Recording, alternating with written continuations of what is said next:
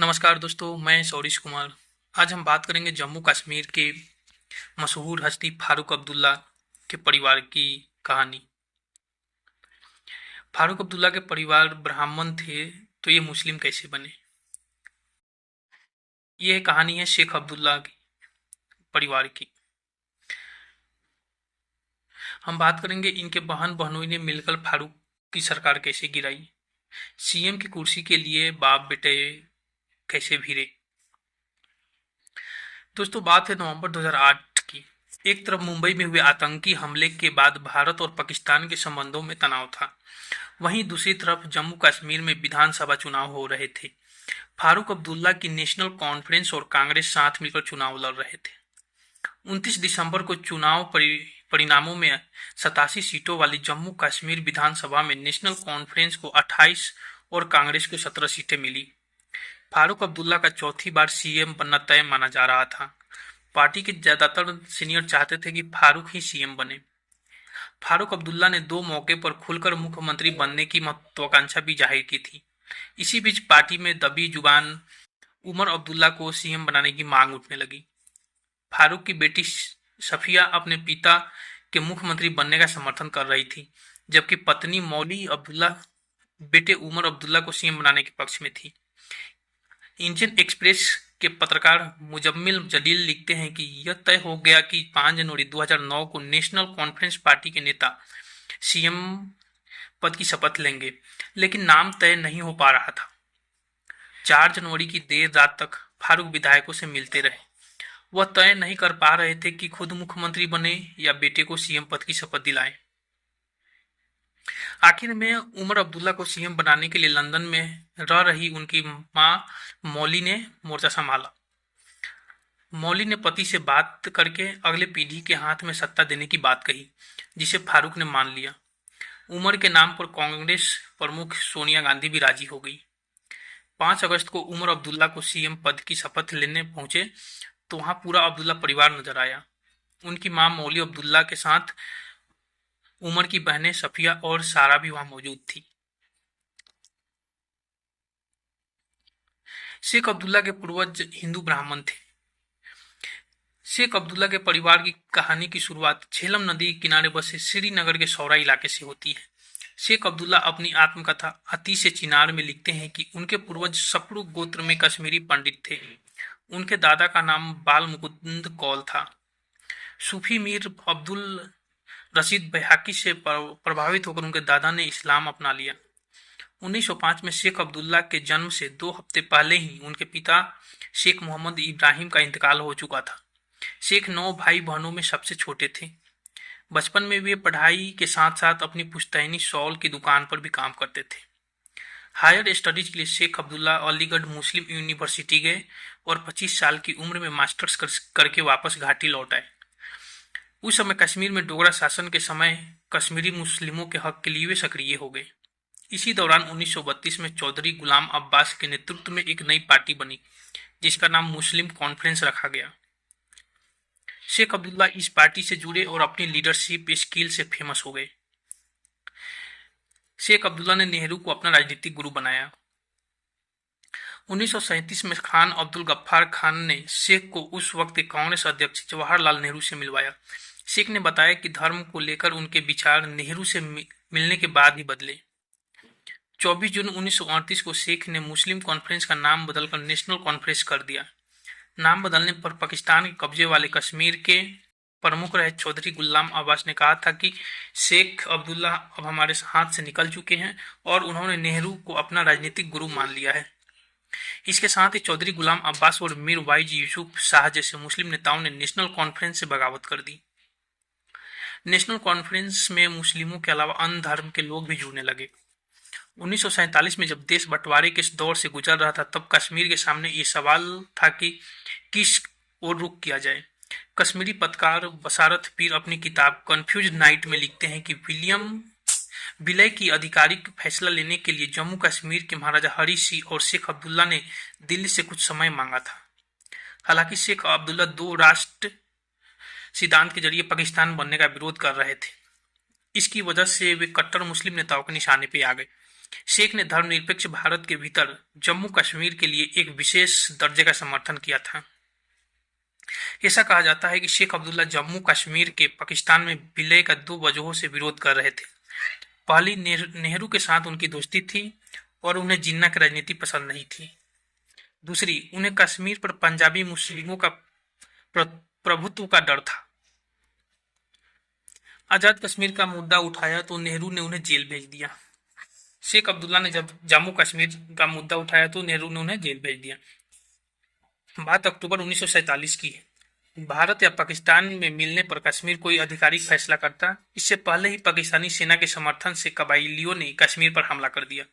इसके बाद महाराजा हरि सिंह ने रियासत का विलय भारत में करने का फैसला लिया और अब तक नेहरू के दोस्त बन चुके शेख अब्दुल्ला ने भी इसका समर्थन किया।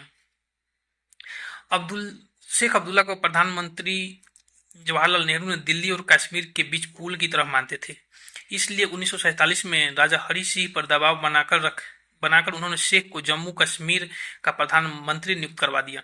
आज़ादी के बाद भी राज्य से जुड़ा कोई फैसला लेना होता तो नेहरू शेख अब्दुल्ला से बात जरूर करते, लेकिन जल्द ही ये सब बदल गया।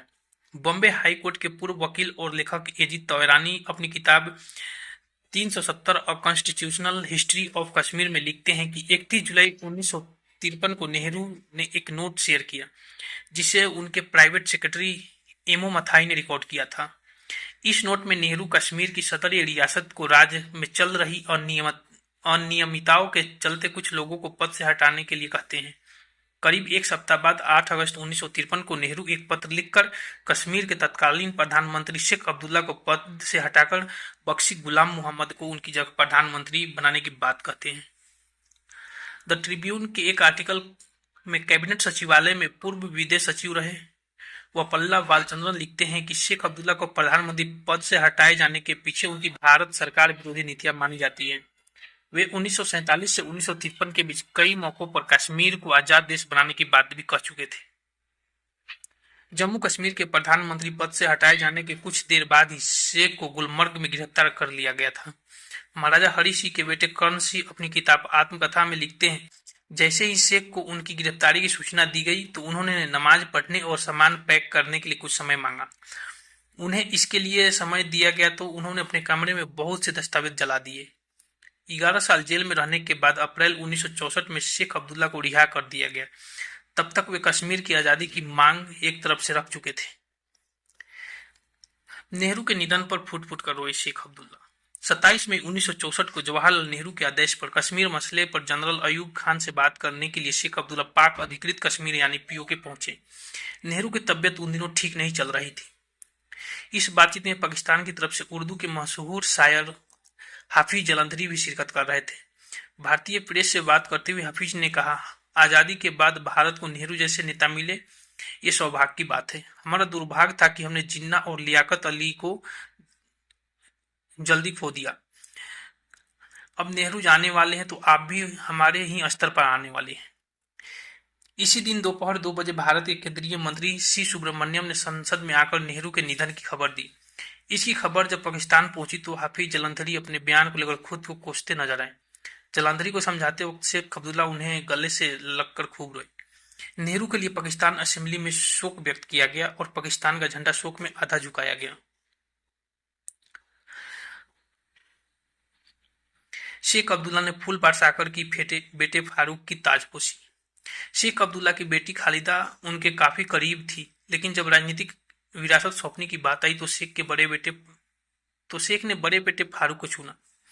पत्रकार अश्विनी भटनागर अपनी किताब फारूक ऑफ कश्मीर में लिखते हैं कि एसएमएस मेडिकल कॉलेज जयपुर से एमबीबीएस की पढ़ाई करने के बाद 1965 में फारूक डॉक्टरी की प्रैक्टिस के लिए लंदन चले गए। उन्होंने एक ब्रिटिश महिला से शादी कर वहां की नागरिकता भी ले ली। 1975 में पारिवारिक वजहों से फारूक को कश्मीर लौटना पड़ा। करीब 6 साल बाद शेख अब्दुल्ला ने फारूक को समझाया कि वो पार्टी की जिम्मेदारी एक नौजवान के हाथ में सौंपना चाहते हैं। उन्होंने फारूक से कहा कि राजनीति के जरिए तुम एक डॉक्टर से कहीं ज्यादा देश और लोगों की सेवा कर सकते हो। 1980 में शेख ने श्रीनगर सीट से चुनाव लड़ने के लिए फारूक को टिकट दिया। फारूक श्रीनगर से चुनाव जीत गए। 1 साल बाद ही शेख ने पार्टी की जिम्मेदारी फारूक को सौंपने का मन बना लिया। फारूक की ताजपोशी को यादगार बनाने के लिए शेख अब्दुल्ला ने पार्टी नेताओं की मीटिंग बुलाई। इस मीटिंग में तय हुआ कि 21 अगस्त 1981 को पार्टी की कमान संभालने से पहले फारूक श्रीनगर में एक रैली निकालेंगे। कार्यकर्ताओं को जिम्मेदारी दी गई कि फारूक के समर्थन में श्रीनगर के हर घर से लोग रैली में शामिल होंगे। इस दिन लाखों लोग फारूक की रैली में शामिल हुए। श्रीनगर की सड़कों पर नेशनल कॉन्फ्रेंस के समर्थन में नारा गूंज रहा था, नेशनल नेशनल सारे हैं नेशनल। शेख अब्दुल्ला ने एक होटल की बालकनी से फूल बरसाकर जुलूस का स्वागत किया। आखिर में शेख अब्दुल्ला ने अध्यक्षीय भाषण देकर अपने बेटे फारूक को पार्टी अध्यक्ष की कमान दी। उन्होंने फारूक की शर्ट पर नेशनल कॉन्फ्रेंस का बैज लगाकर उन्हें पार्टी की विरासत सौंपी। शेख अब्दुल्ला के निधन के बाद बेटे दामाद में हुई सत्ता की खींचातान। ये बात है सितंबर 1982 में शेख अब्दुल्ला का निधन हो गया। इसके बाद पार्टी और राज्य की सत्ता पर काबिज होने के लिए फारूक अब्दुल्ला और उनकी बहन खालिदा और बहनोई के बीच सियासी जंग छिड़ गई। उस वक्त के राज्यपाल जगमोहन मल्होत्रा ने अपनी किताब माई फ्रोजन टर्बुलेंस में एक घटना का जिक्र किया है। मल्होत्रा लिखते हैं कि 1 जुलाई की देर शाम फारूक के बहनोई गुलाम मोहम्मद शाह ने जानकारी भेजी कि 12 विधायकों के एक समूह का उनको समर्थन प्राप्त है। वह फारूक की सरकार से समर्थन वापस लेकर कांग्रेस आई के साथ मिलकर सरकार बनाना चाहते हैं। इस वक्त राज्य के कद्दावर नेता देवी दास ठाकुर भी शाह को मुख्यमंत्री बनाना चाह रहे थे। अगली सुबह जगमोहन ने जब सरकार बर्खास्त करने का पत्र फारूक को दिया तो फारूक ने उनसे विधानमंडल बुलाकर सदन के पटल पर बहुमत का परीक्षण कराने की मांग की। लेकिन उन्होंने सुबह 11 बजे करीब इंदिरा गांधी से इस मामले पर बात की और हरी झंडी मिलते ही फारूक की सरकार बर्खास्त कर दी। 2 जुलाई की शाम ही कांग्रेस और अन्य के समर्थन से गुलाम मोहम्मद शाह ने जम्मू कश्मीर के मुख्यमंत्री पद की शपथ ली। फारूक ने सही वक्त और बेटे उमर को राजनीति में लॉन्च किया। ये बात है 1996 में नेशनल कांग्रेस के प्रचंड बहुमत के साथ सत्ता में लौटने के तुरंत बाद उमर अब्दुल्ला राजनीति में शामिल हो गए। उन्होंने बाद में कहा था, मैं अपनी स्कूली शिक्षा के लिए लंबे समय तक बाहर था। 1996 में पार्टी को मिली जीत के बाद ही मैंने राजनीति के बारे में गंभीरता से सोचना शुरू किया। मैंने अपने दादा के साथ ईदगाह जरूर गया था, लेकिन कभी किसी राजनीतिक रैली में शामिल नहीं हुआ था। जब मैं छोटा था तो शेख ने कभी राजनीति के बारे में मुझसे बात नहीं की। 1998 में फारूक के बेटे उमर को नेशनल कॉन्फ्रेंस से टिकट देकर लोकसभा चुनाव लड़वाया। चुनाव में जीतकर उमर केंद्र में मंत्री बन गए। 2001 में केंद्र की एनडीए सरकार में वे देश के सबसे कम उम्र के विदेश मंत्री बने। हालांकि 17 महीनों बाद ही दिसंबर 2002 में उन्होंने पद से इस्तीफा दे दिया। 2002 में फारूक ने उमर को नेशनल कॉन्फ्रेंस के अध्यक्ष की जिम्मेदारी सौंप दी। इसी साल हुए विधानसभा चुनाव में उमर ने गांदरबल विधानसभा सीट से चुनाव लड़ा। परिणाम जारी हुआ तो उमर अब्दुल्ला 2000 वोटों से चुनाव हार गए थे। अपने बेटे और राजनीतिक उत्तराधिकारी उमर की हार के बाद फारूक अब्दुल्ला ने नैतिक हार स्वीकार कर ली। सबसे ज्यादा 28 सीटें जीतने के बावजूद सरकार न बनाने की घोषणा कर दी। नेशनल कॉन्फ्रेंस के नेता शेख गुलाम रसूल ने इस हार के 3 वजह बताई थी। पहला, चुनाव से पहले पार्टी नेताओं के बीच कलह शुरू हो गई। इसकी वजह से फारूक ने दर्जनों सीटों पर चुनाव प्रचार तक नहीं किया। दूसरा, नेशनल कॉन्फ्रेंस को एनडीए के साथ गठबंधन मांगना पड़ा। तीसरा, उमर अब्दुल्ला विदेश से पढ़कर राजनीति में आए थे। राज्य के लोग उन्हें बाहरी समझने लगे थे। शुरुआत में फारूक अब्दुल्ला बेटे को राजनीति से दूर रखना चाहते थे। फारूक ने एक इंटरव्यू में बताया कि वो कभी उमर अब्दुल्ला को राजनीति में लाने के पक्ष में नहीं थे। फारूक ने आगे कहा, जब मैं राजनीति में शामिल होने की योजना बनाई तो मेरे पिता शेख अब्दुल्ला ने मुझे इससे दूर रहने की सलाह दी थी। उन्होंने मुझसे कहा था कि एक बार तुम जब इस नदी में कूदोगे तो तुम या तो इस नदी की धार के साथ बहोगे या धारा से लड़ोगे। तुम कभी इससे बाहर नहीं निकल पाओगे। बकौल फारूक अब्दुल्ला उन्होंने भी उमर को राजनीति में शामिल न होने की सलाह दी, लेकिन उमर ने भी अपने पिता की बात नहीं मानी और राजनीति में आ गए। फारूक अब्दुल्ला ने पत्रकार मुजम्मिल जलील को दिए इंटरव्यू में यह भी कहा था कि शुरुआत में उनकी पत्नी भी उमर अब्दुल्ला को राजनीति में आने का विरोध करती थी। जब उन्होंने अपनी पत्नी से कहा कि उनकी तरह एक रोज उमर भी राजनीति में शामिल होना चाह रहे हैं, तो इस पर उनकी पत्नी मौली ने गुस्से में कहा कि यह मेरी मौत के बाद ही संभव होगा। उमर से जब इस बारे में पूछा तो उन्होंने हंसते हुए कहा, मैं अपनी माँ से इस बारे में पूछा था, लेकिन उनको इस बातचीत के बारे में याद नहीं है। हालांकि जब फारूक ने राजनीति में एंट्री की तो पिता शेख ने फूल बरसाकर उनका स्वागत किया। इसी तरह जब बात उमर को उमर अब्दुल्ला को मुख्यमंत्री बनाने की आई तो उनकी मां मौली ने ही पति फारूक से बेटे को सीएम बनाने के लिए पैरवी की थी। अगली पीढ़ी भी तैयार। पिता को चुनाव जिताने मैदान में उतरे जहीर और जमीर। अक्टूबर 2009 की बात है। जम्मू कश्मीर के आधिकारिक विमान का पायलट कॉकपिट चेक कर उसे अगली यात्रा के लिए तैयार कर रहा था। उसी समय वहां 6 साल का एक बच्चा आता है। पायलट से पूछता है, तुम विमान उड़ाना क्यों नहीं सीख लेते? बच्चा जवाब देता है, मैं सीखूंगा, लेकिन मैं पायलट नहीं बल्कि एक नेता बनना चाहता हूँ।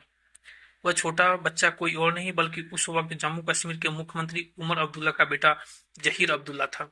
भले ही जहीर ने अपने मुख्यमंत्री पिता के जीवन से आकर्षित होकर बयान दिया, लेकिन बड़े होने पर उसके राजनीति में उतरने की संभावना वास्तविक है। अपने पिता और दादा की तरह ही जहीर का जन्म भी एक राजनीतिक विरासत वाले माहौल में हुआ था। वेस्टमिंस्टर यूनिवर्सिटी से मास्टर्स की पढ़ाई पूरी करने के बाद जहीर दिल्ली लौट आए। फिलहाल वे दिल्ली में लॉ की प्रैक्टिस कर रहे हैं।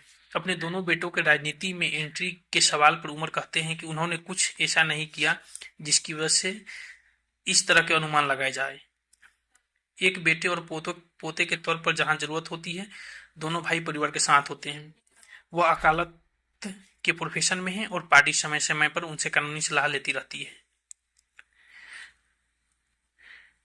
25 अप्रैल को श्रीनगर में पार्टी उम्मीदवार के नामांकन दाखिल करने के दौरान पिता उमर और दादा फारूक के साथ जहीर और जमीर भी पहुंचे थे।